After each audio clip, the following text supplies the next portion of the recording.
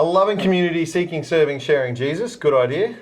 Yeah, I think it's a good idea. That's a good idea. Should we experience, engage, equip, empower, and expand? Wow. Can you slow that down a bit? No, you just have to say yes or no. It's a yes or no quiz.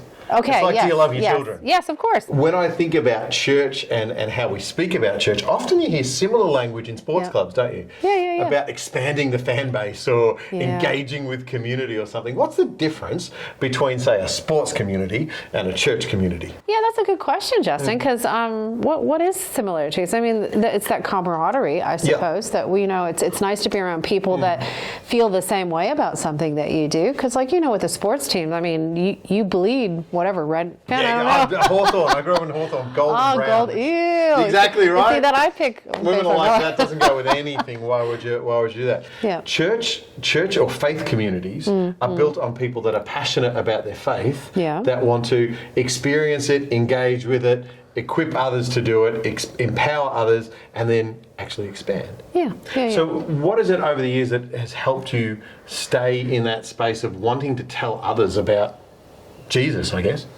That's the simplest question, isn't it? Wow, is it a simple question? Simple question. I think that, obviously we've been called into full-time ministry. And that's been a driving force for us for a very long time. But then you'd say why, and the short answer is God. I mean, ultimately God. But Jesus has made a huge difference in my life.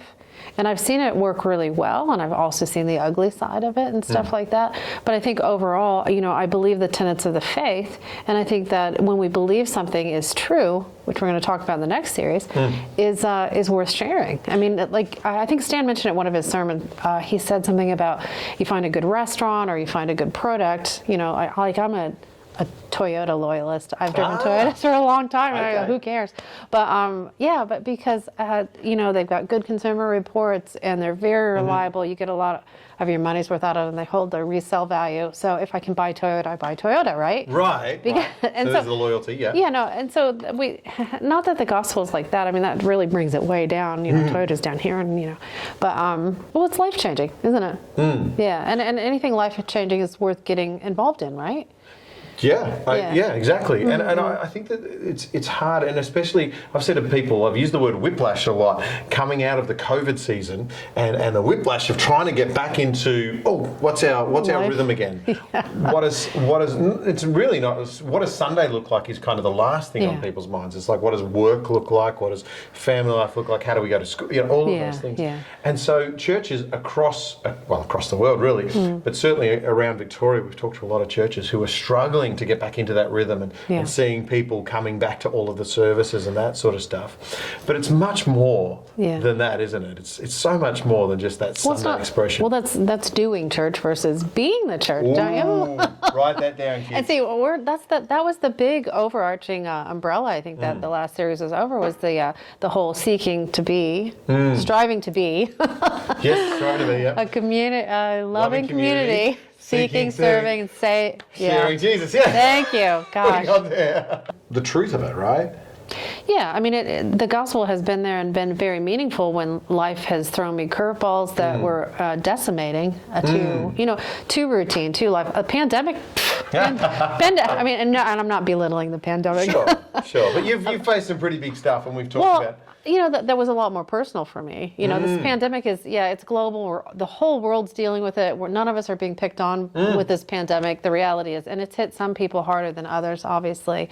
But for the most part, especially here in Australia, we got off super easy. But that's not to say, anybody that lost a person during the pandemic, that's huge for them. But for the average Joe that didn't, it was like, but they come and go. That was my thing. Pandemics come and go. Crises in life come and go. The gospel's there for every single one of them. That's the beautiful thing. It's consistent and enduring. And that wasn't one of Stan's E words, but. And I'd like, perhaps some of you are in a period of doubt right now.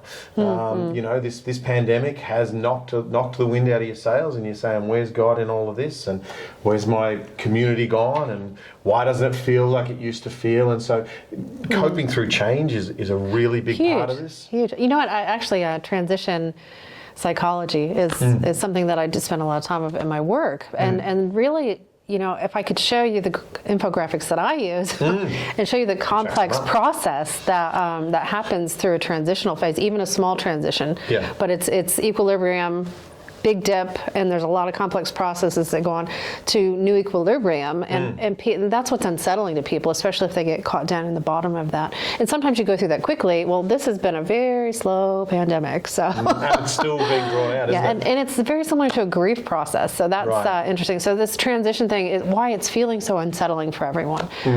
It's because it's a complex process that most people don't realize. So we're currently transitioning back, but to a new equilibrium. Well, that's the thing. It's a new normal, and that's what we have to find. Is equilibrium in there? Experience, engage, equip, empower, expand. Equilibrium. That's Jesus. Endure. We're just going to keep adding E words.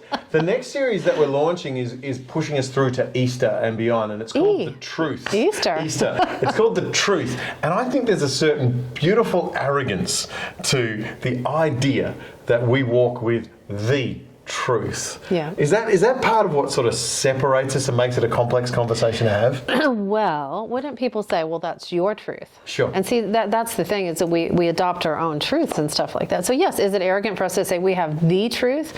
Well, and it would be the truth about what? And so what is the truth about? It's about life and purpose and eternity, and there's more than this. And that's what we used to say with our mission, was it was like live for something more, because you can live for this, but when you live for something more, it's a vertical challenge, if you will. I remember a lot of things I went to as a teenager were, what would you live for and what would you die for? Yeah, exactly. Die for, that's the key, isn't it? If you really think you've got the truth, you're willing to die for it. And so that's a huge statement. A huge, it is, isn't it? There's nothing bigger than that. We have the truth. Jesus is the way, the truth, and the life. And I've always put it this way: there's no way to life without the truth. And so we're going to talk about the truth of who Jesus is. Yeah, pretty exciting, And I think we're going to talk about some of our experiences that have helped us through. But yeah, check it out. Coming up every Sunday, online and in person, 9 and 11 a.m. Have you sort of figured out a preferred service yet? 11 a.m. You're an 11 a.m. girl? Well, it's comfortable because I don't have to get out so early, but at the same time, it's like 9 a.m. Then I have the whole day. So no, the short answer is no. Stan's here anyway. So. Yeah. Well, we can engage you at the 9 or the 11 Kids Minute, both, of course. Yeah. And plenty of really cool stuff coming up. Thanks, Dee. Hey, thanks, Justin. I'll see you again next time. That sounds good. On the Sounds Afterthought. good. Thank you, guys. See ya.